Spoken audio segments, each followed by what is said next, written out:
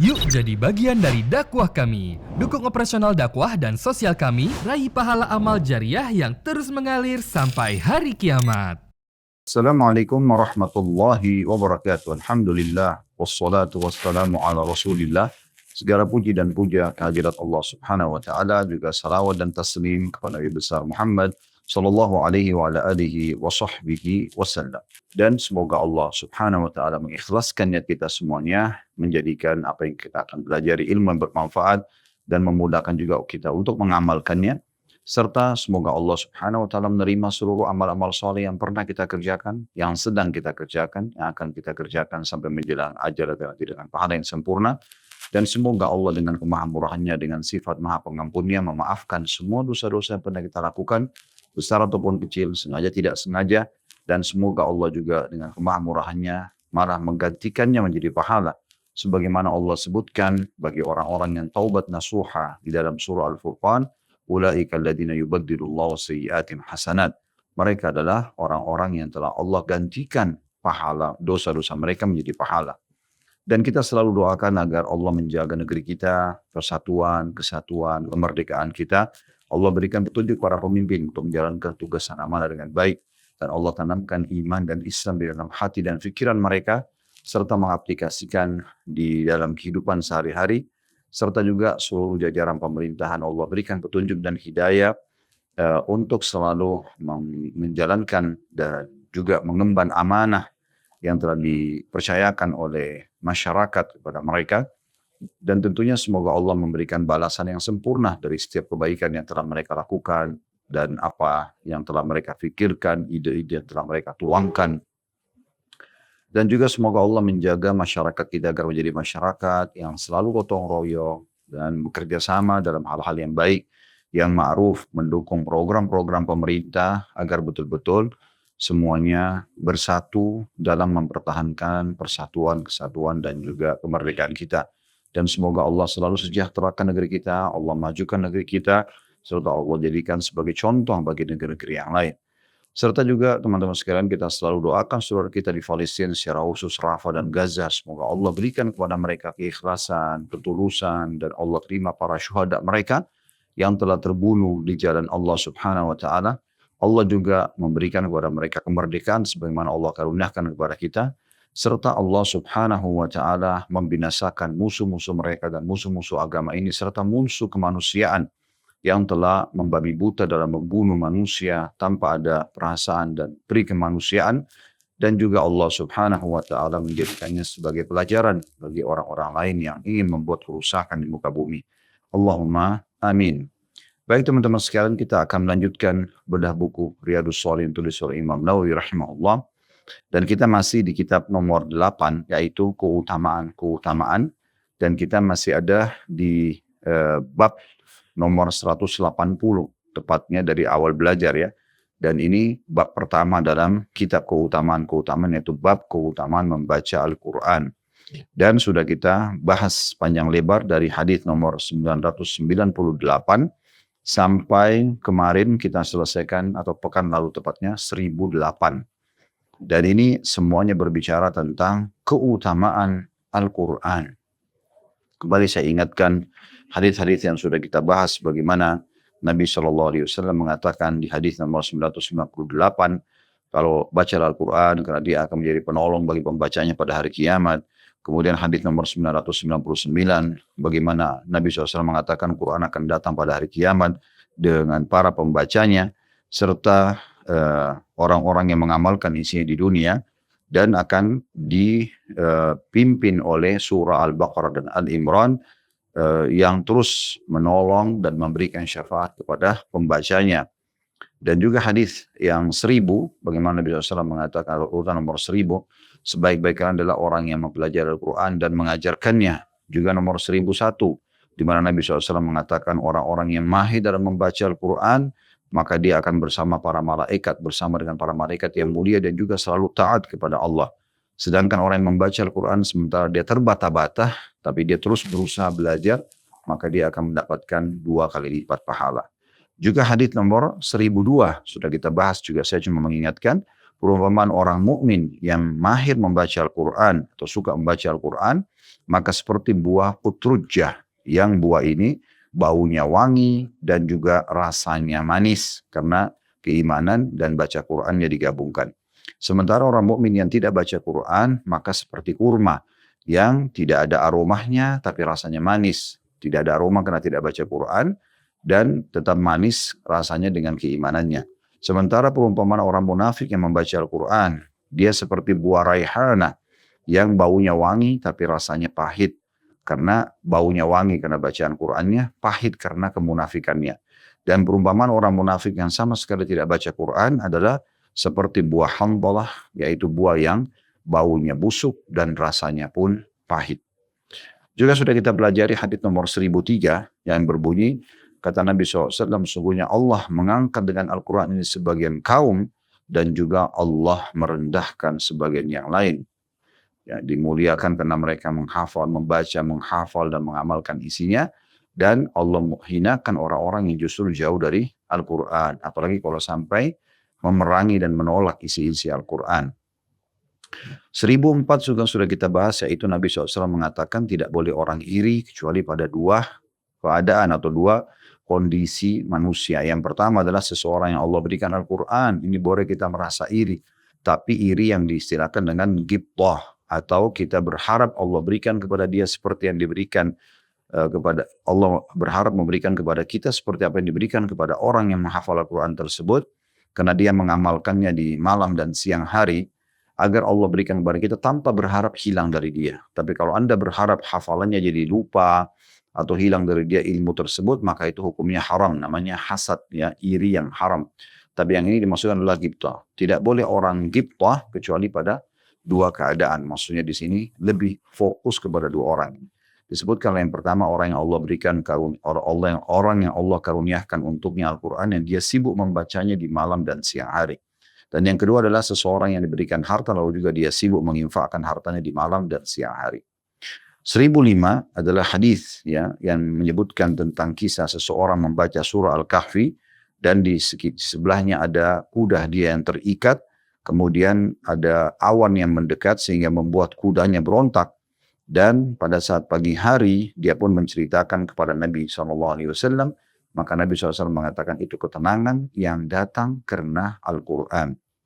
Juga 1006 sudah kita bahas bahwasanya siapa yang kata Nabi SAW, siapa yang membaca satu huruf Al-Quran akan diberikan 10 pahala. Ya. Satu pahala dilipat gandakan menjadi 10 kali lipat. Dan aku tidak mengatakan alif, lam, mim satu huruf, tapi alif satu huruf, lam satu huruf, dan mim satu huruf. Artinya alif, lam, mim 30 pahalanya. Ya. Dan kita sudah bahas juga hadis nomor 1007, yaitu kata Nabi SAW, siapa yang tidak ada dalam hatinya sedikit pun dari Al-Quran, maka berarti dia seperti rumah yang rusak atau rumah yang kosong. Serta hadis yang terakhir yang nomor 1008 yang kita bahas pada pekan lalu, yaitu hadis Nabi SAW akan dikatakan kepada para orang ahli Al-Quran atau suka membaca atau menghafalnya, maka akan dikatakan padanya bacalah dan naiklah dan bacalah dengan tartil sebagaimana engkau membacanya secara tartil di dunia atau dengan pelan-pelan, ya. Sesungguhnya kedudukanmu adalah pada akhir ayat yang engkau baca. Jadi ini luar biasa, ya. Ada banyak sekali hadis yang menyebutkan tentang motivasi agar kita selalu membaca Al-Quran. Kalau mau lebih hebat lagi adalah menghafalnya, ya. Kemudian selalu diulang-ulangi. Dan itu akan kita bahas pada bab kita yang sekarang, yaitu bab nomor 181 dari awal belajar. Dan ini adalah bab nomor 2 di kitab baca atau keutamaan-keutamaan. Baik, saya akan langsung bacakan saja hadis di bab nomor 181. 181 ini babnya adalah bab perintah menjaga hafalan Al-Quran dan peringatan peringatan dari melalaikannya dengan sengaja. Saya ulangi, ya. Bab perintah menjaga hafalan Al-Quran dan peringatan dari melalaikannya dengan sengaja. Jadi harusnya dijaga hafalan Al-Quran. Jangan pernah hafal kemudian Anda lupakan, ya. Tapi harus selalu dijaga. Dan Nabi SAW karena banyaknya keutamaan orang yang menghafal Al-Quran, ya, dan sudah kita sebutkan tadi, baca dan hafal itu adalah keutamaan yang sangat besar, apalagi orang yang menghafalnya. Karena biasanya orang yang menghafal itu berarti dia lebih cinta dengan Al-Quran, makanya dia menghafalnya, beda dengan orang yang membaca.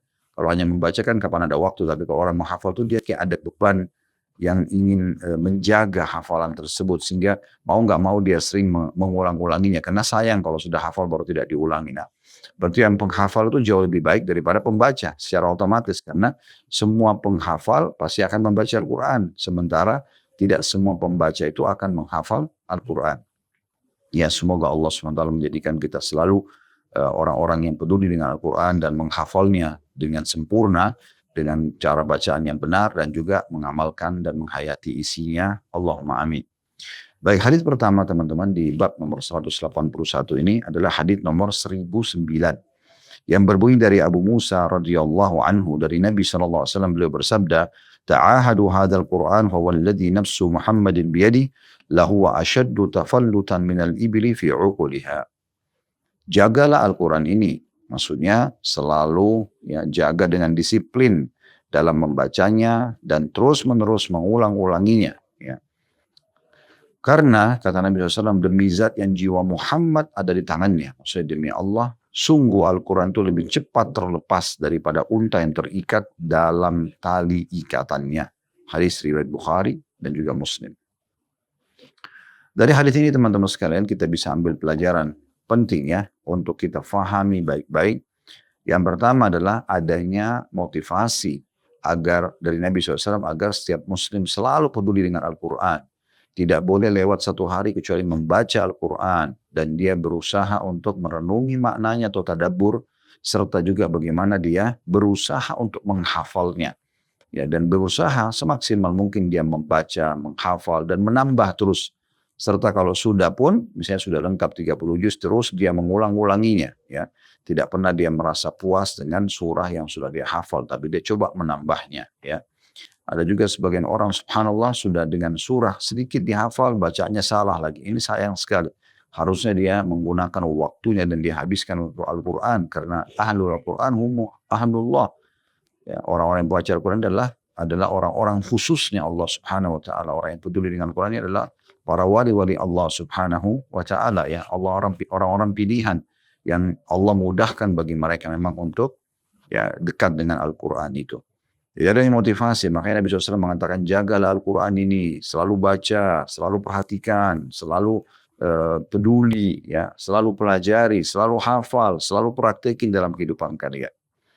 Kemudian pelajaran yang kedua yang bisa diambil adalah bagaimana Nabi SAW memastikan dan bersumpah atas nama Allah, ya, mengatakan sungguh kalau kalian tidak baca, tidak jaga hafalan kalian, maka dia lebih cepat terlepas daripada unta yang terikat dalam tali ikatannya. Unta itu kalau diikat biasanya susah untuk lepas, atau hewan-hewan umumnya kalau diikat susah untuk terlepas. Tetapi kalau dia lepas unta itu, maka dia sulit sekali untuk ditahan. Ya. Unta itu termasuk hewan yang sangat berat dan sulit untuk ditangkap kembali, karena dia kalau lepas dia akan melarikan diri dan akan sangat jauh, ya, karena dia bisa tahan beberapa hari tidak makan, tidak minum, ya. Jadi memang hewan yang sering diberikan perumpamaan dengan kalau lepas maka akan sulit ditangkap, ya, seperti itulah. Maka Nabi SAW berikan gambaran hafalan Al-Quran bahkan bisa lebih cepat, ya, terlepas daripada unta yang diikat malah.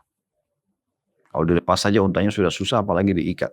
Oleh karena itu harus betul-betul dijaga, ya, dijaga. Jadi sementara Anda lagi di motor, di mobil, apa susahnya mengulangi surah-surah yang Anda hafal? Surah-surah yang dihafal aja dulu. Ulangi, mulai dari situ dulu. Coba Anda dengarkan nasihat ini, ya. Anda coba ulangi saja di mobil, di motor, ya, di transportasi Anda.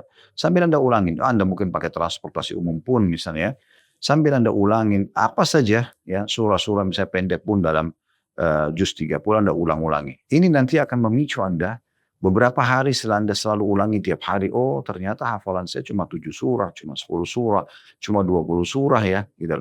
Nanti akan termotivasi Anda untuk menambah hafalan. Dan itu satu hal yang menjadi poin, itu target kenapa mengulang-ulangi Al-Quran. Karena dengan mengulang-ulanginya, kita jadi tambah penasaran dan ingin menambahnya, ya, ingin menambah pengetahuannya, karena ingin mengetahui artinya misalnya, atau ingin menambah hafalannya. Tapi kalau Anda sama sekali nggak pernah baca, maka Anda akan anggap remeh, hanya dipakai dalam sholat saja. Padahal Al-Quran itu dianjurkan untuk dibaca selalu. Makanya hadis pertama yang kita bahas pada bab pertama dalam kitab keutamaan ini, yaitu keutamaan baca Quran, kita sebutkan hadis nomor 998 itu kan, baca Al-Quran. rutinkan. Karena dia akan jadi penolong bagi pemberi syafaat bagi pembacanya. Maka makin sering Anda baca, maka makin besar peluang Anda ditolong nanti hari kiamat oleh Al-Quran untuk masuk ke dalam surga Allah Subhanahu wa Ta'ala. Ini satu hal yang luar biasa, harusnya bisa diperhatikan. Jadi orang kalau mau menghafal, memang dia harus mulai dengan sering membaca. Karena dengan sering membaca, dia akan terdorong nanti untuk menghafal. Ya, tadi saya bilang, mulai saja dengan surah-surah yang Anda sudah hafal. Anda sering ulangi, di luar sholat ya. Kalau sholat itu kita merasa seperti sebuah kewajiban. Walaupun dia membaca surah setelah Al-Fatihah adalah sunnah. Tapi kita merasa itu satu hal paket dalam sholat. Sehingga kita baca ya pada saat sholat saja. Tapi tidak ada kepedulian untuk menambah hafalan. Ya.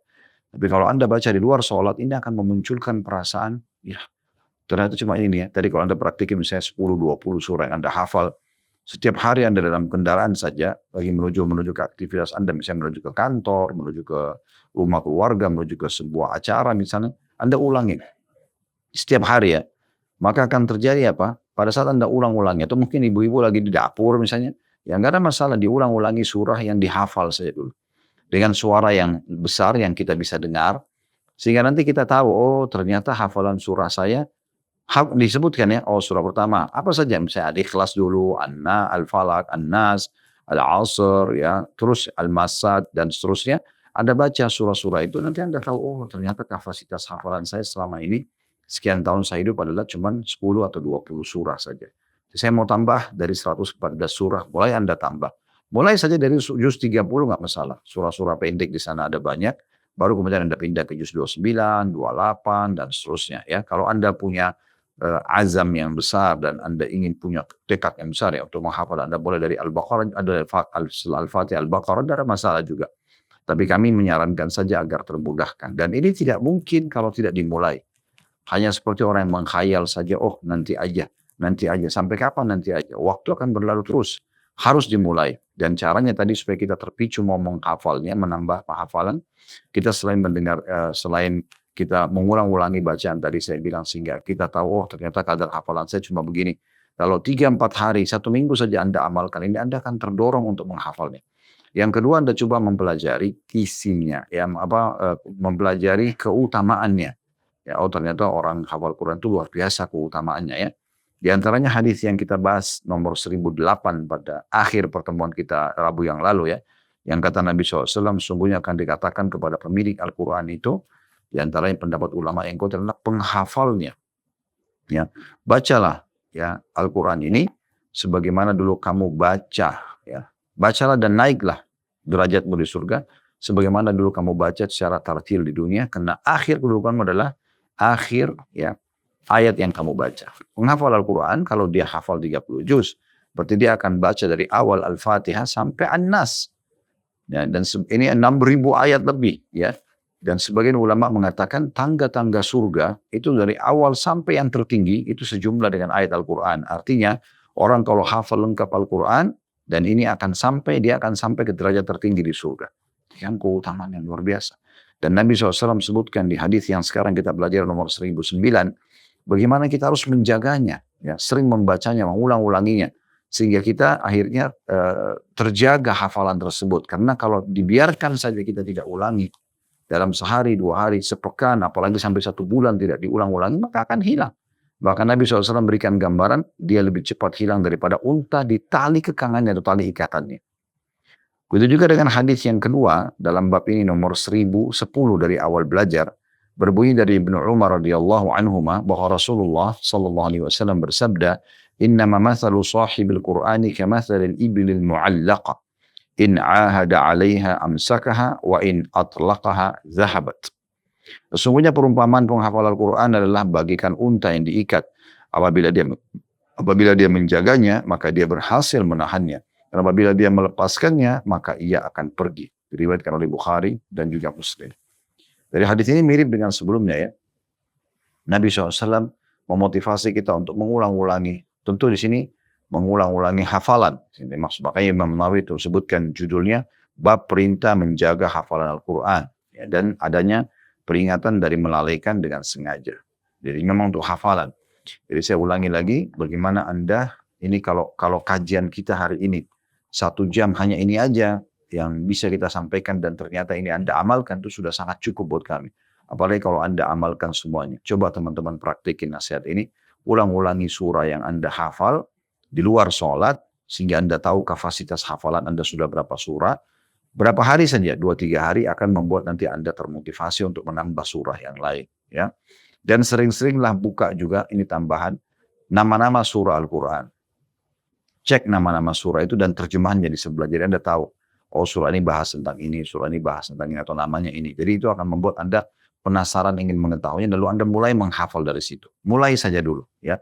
Mulai dari 2-3 ayat, 4-5 ayat. Nanti lama Anda selesaikan, satu surah lagi, ada tambahan. Anda ulang-ulangi lagi ya bacaan dan hafalan tersebut.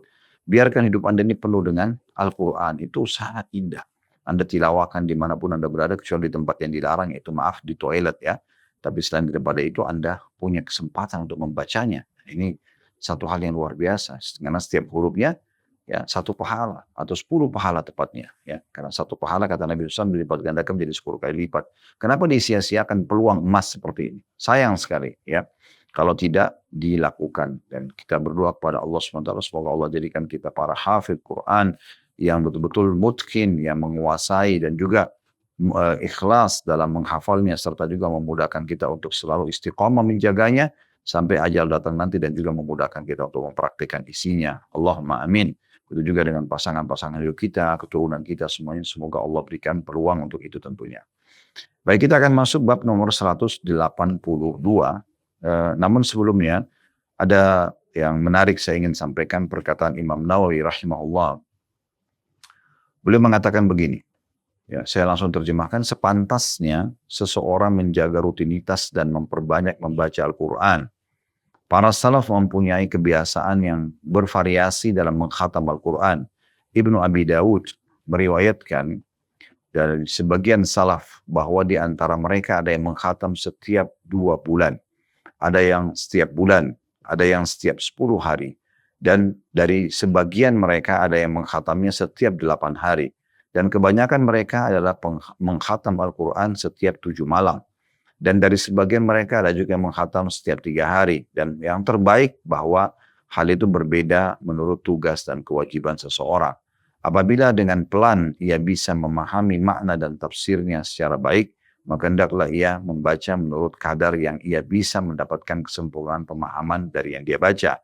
Demikian pula orang yang sibuk menyebarkan ilmu atau mengajar, berdakwah dan sejenisnya, maka hendaklah membatasi diri agar tidak mengurangi tugas utamanya. Dan jika bukan seperti golongan di atas dan tidak punya tugas yang lain, maka hendaklah ia memperbanyak membacanya sebatas kemampuan yang tidak menyebabkan rasa bosan. Dan bagaimana para salafus saleh sangat peduli dengan bacaan-bacaan dan berlumba-lumba mereka menghafalnya. Ya. Jadi yang harus kita hidupkan sekarang bagaimana setiap orang di antara kita menjadikan target dirinya adalah membaca dan menghafal Al-Quran, dan juga target anak-anaknya begitu. Ya, saya melihat ini poin penting sekali untuk kita hidupkan ya. Jadi kalau anak-anak kita suruh untuk menghafal Quran, kita juga akan termotivasi. Tapi jangan sampai mereka hafal, kita sendiri tidak ikut ya. Walaupun mungkin anak-anak mendahului kita misalnya, tapi nggak masalah. Yang penting kita sudah memulai dengan hafalan. Jangan juga Anda mengatakan, sudahlah nanti anak saya mewakili. Enggak. Anda juga berusaha. Apa salahnya kalau Anda masih hidup? Jangan Anda mengatakan, oh saya sudah tua, maka mungkin sulit buat saya. Itu terbantahkan dengan firman Allah Subhanahu wa taala dalam surah Al-Qamar. Ini berulang-ulang Allah ulangi ya. Di surah nomor 54 ayat 17 dan beberapa ayat setelahnya mirip dengan ini. Walaqad yassarnal Qur'ana lidzikri fahal min mudzakir. Ini berulang-ulang Allah SWT sebutkan dalam surah Al-Qamar. Kami telah mudahkan, sungguhnya kami telah mudahkan Al-Quran untuk pelajaran, baca, hafal, memahami isinya. Maka adakah orang yang mau mengambil pelajaran? Ya. Ibnu Abbas berkata radhiyallahu anhu, kalau bukan karena kemudahan yang diberikan Allah Subhanahu wa taala kepada manusia, niscaya tidak ada seorang pun yang bisa membaca kalamullah. Dan di antara kemudahan adalah mudah dibaca dan mudah juga dihafalkan. Mudah dihafalkan. Dan ini penting sekali untuk kita pahami. Berarti terbantahkan itu orang yang mengatakan, oh Quran susah dihafal, atau saya sudah berumur, atau saya belum bisa baca Quran. Ayo mulai sekarang, belajar. Dari saat ini Anda mulai belajar. Jangan ketinggalan, jangan nanti Anda menyesal di hari kiamat karena Anda jauh dari Al-Quran. Ingatlah sabda Nabi SAW ya, bahwasanya orang yang tidak ada dalam hatinya sedikit pun dari Al-Quran seperti rumah yang rusak. Ya, ini sudah kita jelaskan di hadits nomor 1007 pada pertemuan yang lalu ya. Seperti rumah yang kosong, hampa.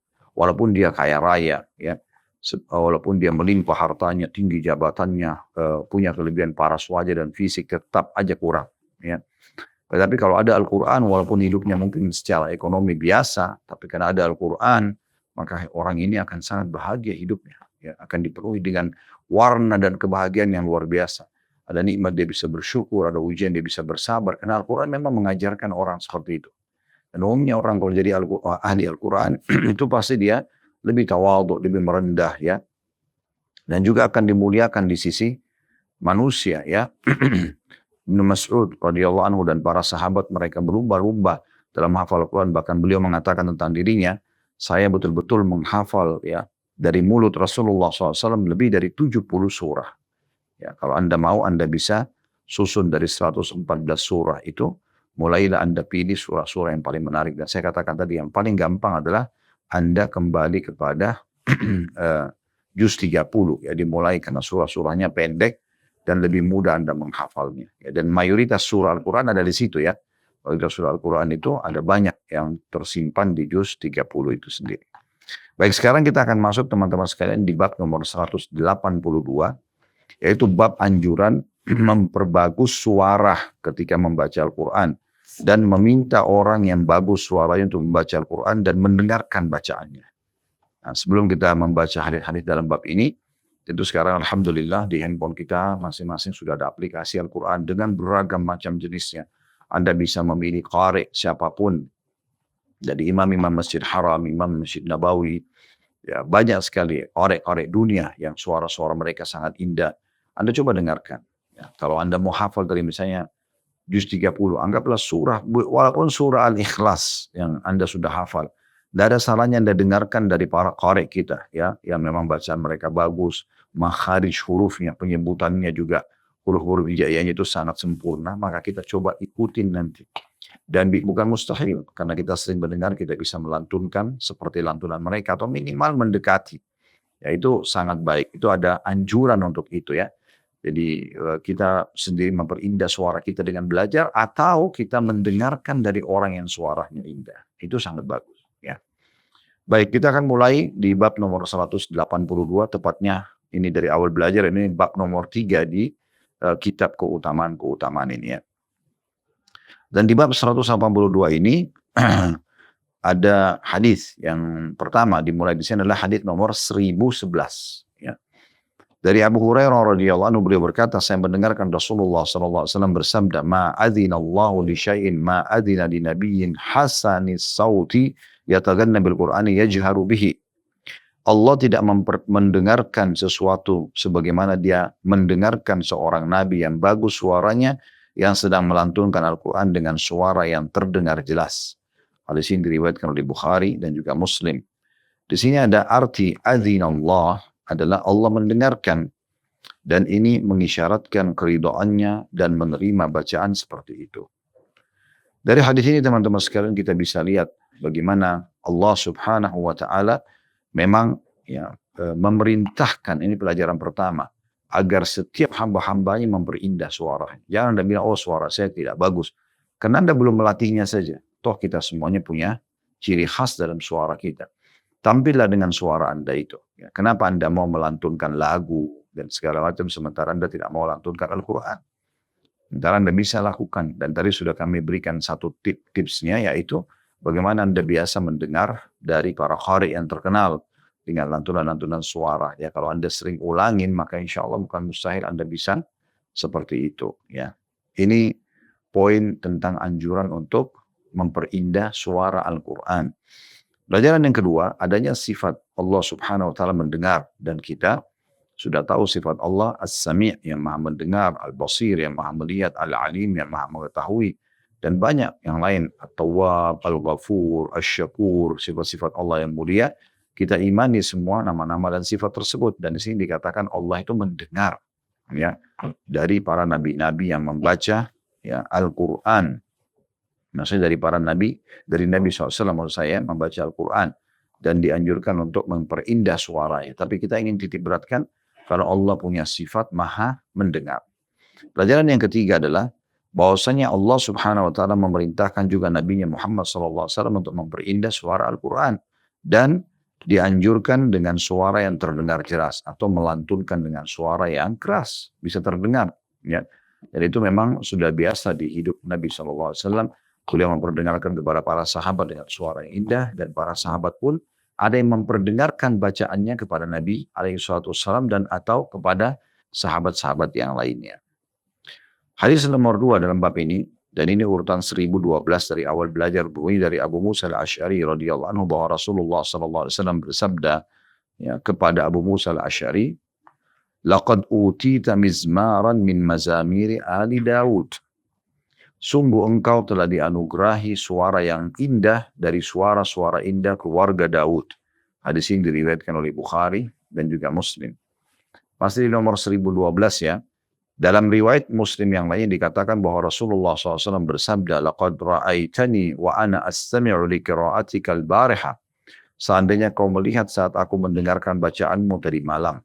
Ya, hadis ini ya, dimaksudkan adalah di footnote nomor 667 dalam satu riwayat Bukhari, ya, Abu Musa dan juga Muslim, Abu Musa berkata, "Laqad alimtu makanaka lau alimtu makanaka lahabbartu laka tahbira."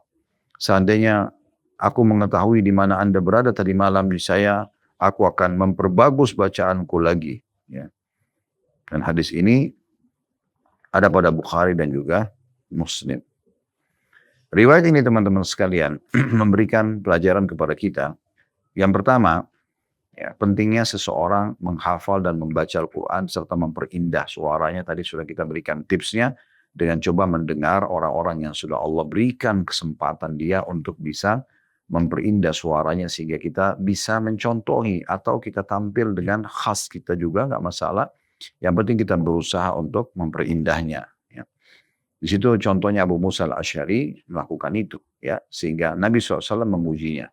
Kemudian Nabi SAW juga di sini memberikan pelajaran kepada kita, bolehnya kita memuji di sini, tapi kita memujinya tidak berlebihan. Kita hanya mengatakan seperti Nabi SAW mengatakan, "Sungguh engkau telah diberikan, ya, suara yang indah seperti suaranya keluarga Daud."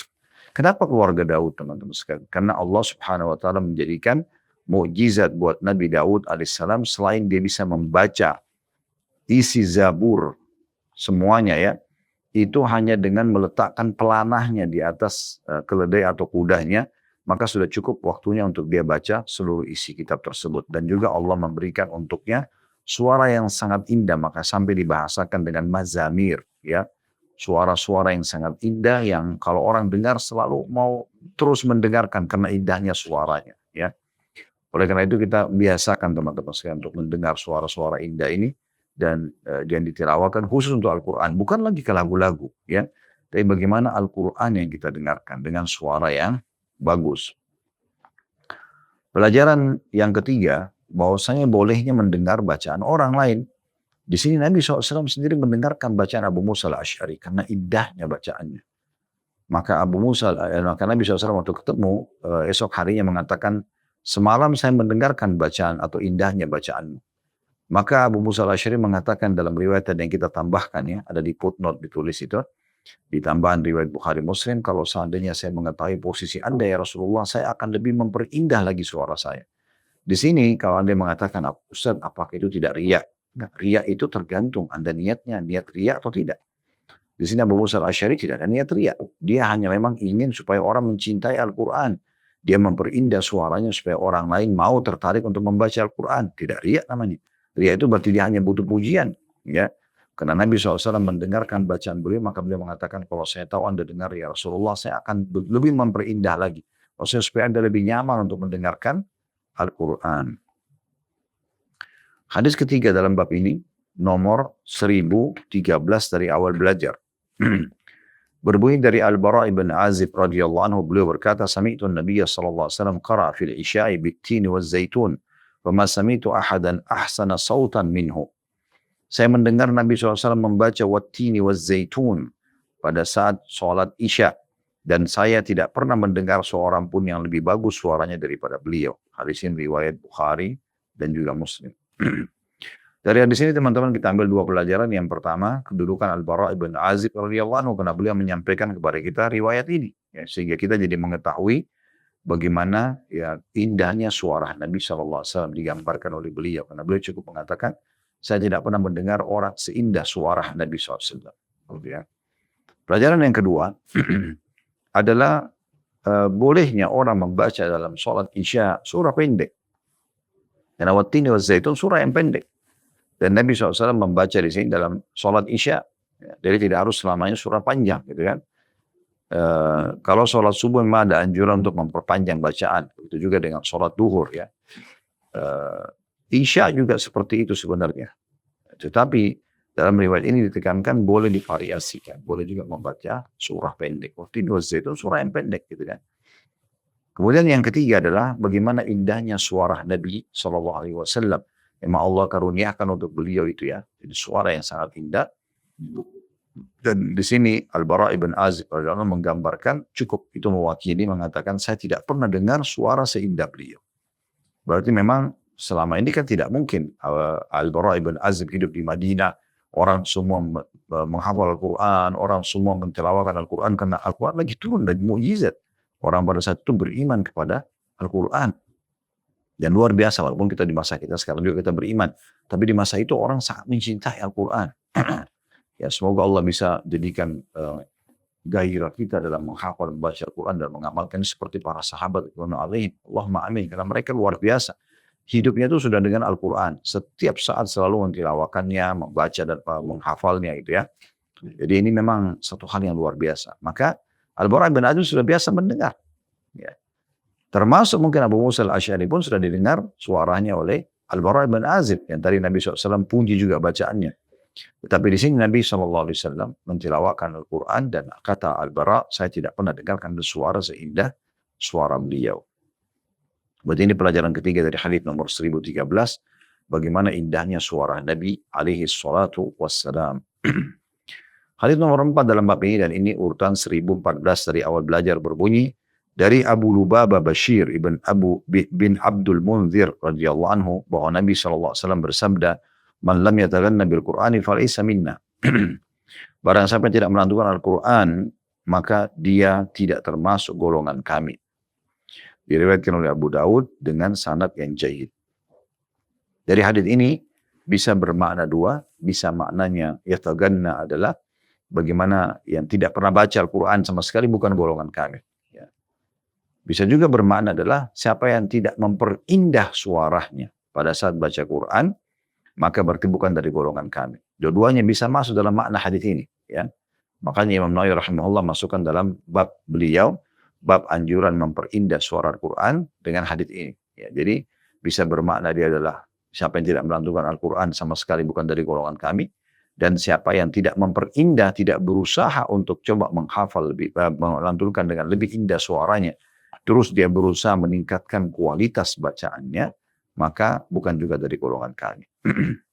Jadi hadis ini memberikan pelajaran kepada kita adanya penekanan agar setiap orang dari kita selalu baca Quran dan jangan berhenti. Dan pelajaran yang kedua adalah bagaimana seseorang itu memperindah suaranya. Baik, hadis selanjutnya, hadis nomor 5 dalam bab ini, dan ini umur 1015 dari awal belajar. Berbunyi dari Ibnu Mas'ud radhiyallahu anhu, beliau berkata, qala lin Nabi sallallahu alaihi wasallam iqra alayya al-Qur'an. Faqultu ya Rasulullah aqra'u alayka wa alayka unzil. Qala inni uhibbu an asma'ahu min ghairi. Faqara'tu alayhi surat an-nisa hatta ji'tu ila hadhihi al-ayah. فكيف إذا جئنا من كل أمة بشهيد وجئنا بك على هؤلاء شهيدا قال حسبك الآن فالتفت إليه فإذا عيناه تذرفان. Terjemahannya, kata Ibnu Mas'ud, Abdullah bin Mas'ud radhiyallahu anhu, Nabi SAW bersabda kepadaku, bacakanlah Al-Quran untukku. Lalu saya menjawab, wahai Rasulullah, pantaskah saya membacakan Al-Quran kepada anda, padahal kepada anda lah Al-Quran itu diturunkan. Kata Nabi SAW, saya atau aku ingin mendengarnya dari orang lain.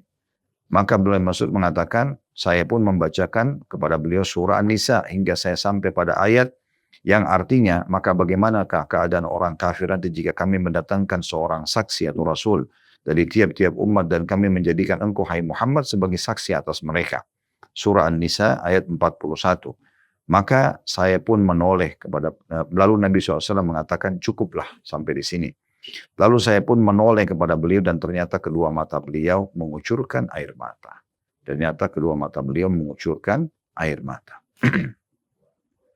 Dari riwayat ini teman-teman sekalian kita ambil pelajaran langsung saja. Yang pertama kedudukan Abdullah bin Mas'ud radhiyallahu anhu, sahabat Nabi yang mulia ini. Bagaimana beliau ya yang menyampaikan kepada kita tentang ya kejadian tersebut. Ya. Dan juga bagaimana Nabi SAW memerintahkan dia untuk membaca Al-Quran di hadapan Nabi SAW. Bukan untuk mengetesnya, tapi hanya untuk mendengarkan bacaannya. Ini kan berarti menandakan, jadi bukan sedang store hafalan atau sedang memperbaiki bacaan, bukan. Tapi Nabi SAW tahu bacaannya dia bagus, hafalannya dia bagus. Nabi ingin dengar dari Abdullah bin Mas'ud. Berarti menandakan memang suaranya bagus, bacaannya sudah benar, hafalannya juga sudah sempurna. Maka karena berkumpul semua ini Nabi SAW ingin dengar dari dia. Ya, ini poin penting untuk kita garis bawahi ya. Ini pelajaran pertama. Pelajaran yang kedua, bolehnya seseorang, walaupun dia sudah hafal Quran, dia dengarkan juga dari orang lain. Walaupun suaranya sudah bagus, dia dengarkan juga dari orang lain. Ya, sehingga dia selalu merasa ada tambahan informasi, ada mungkin penyempurnaan dari bacaan dan hafalan dia, ataupun misalnya retorik yang digunakan, atau mungkin tinggi pendeknya suara, keras dan lembutnya dan seterusnya. Semua ini mungkin akan menambah pengalaman kalau kita memahami masalah ini ya. Seperti imam-imam haram, Masjid Haram itu mereka betul-betul coba menghayati Al-Quran sampai pada tingkat kalau ada surah atau ada ayat yang berbicara tentang teguran pada manusia, mereka menegaskan dengan melantangkan suara lebih besar, atau tentang surga, tentang neraka, tentang rahmat Allah ya. Itu mereka mengangkat suara mereka seakan-akan menitik beratkan agar ini penting loh ayat ini. Ya. Seperti itulah ya. Syukurlah orang yang Allah SWT berikan dia bisa faham apa yang sedang dibaca sehingga akhirnya dia pun merasa terbantukan ya untuk lebih mentadabburi ayat-ayat Al-Quran tersebut itu saking menghayatinya Al-Quran dan faham tentang artinya. Makanya saya ulangi lagi, kami sudah sebutkan di awal kitab keutamaan Al-Quran ini, teman-teman di Indonesia ini karena tidak semua kita faham bahasa Arab, maka kami sarankan, ini saran saja, bukan menggurui tentunya ya, kalau Anda mendengarkan Al-Quran, usahakan Anda dengar dengan terjemahannya, sehingga Anda faham apa pesan yang disuratkan atau disiratkan dalam Al-Quran tersebut.